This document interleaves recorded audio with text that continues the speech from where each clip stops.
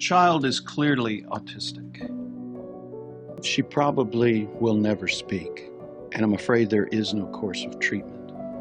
I'm talking about institutionalization. When Temple Grandin was 3 years old, she was diagnosed with autism.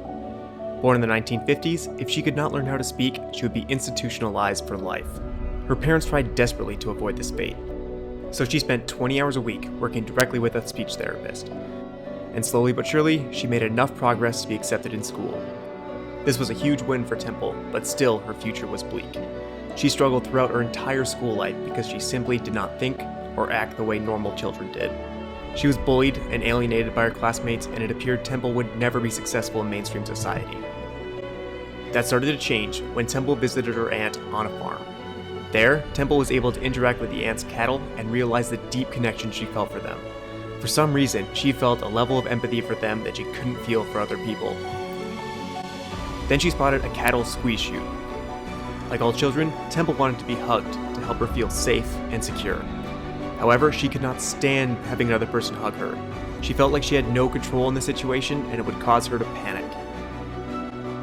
But when she saw the squeeze chute, she felt it could give her the sensation she was looking for all of her life without losing control. So she used the squeeze chute on herself and instantly felt a sense of calm come over her. All the anxious feelings melted away and she finally felt safe. Eventually, she built a makeshift squeeze chute that calmed her anxiety through her social awkwardness of adolescence. She was so passionate about this that she could spend hours researching without any boredom. After completion, Temple's curiosity only increased.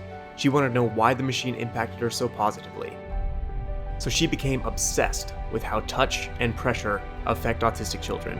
She willed herself to read everything she could find on the subject, which not only increased her knowledge, but also her ability to learn.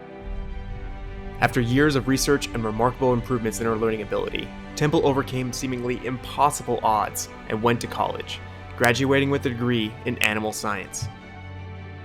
Then, when she entered the working world, Temple became more than just an autism success story. She became the greatest innovator in her field. Feedlots were terrible in the 1970s, and Temple was determined to change them.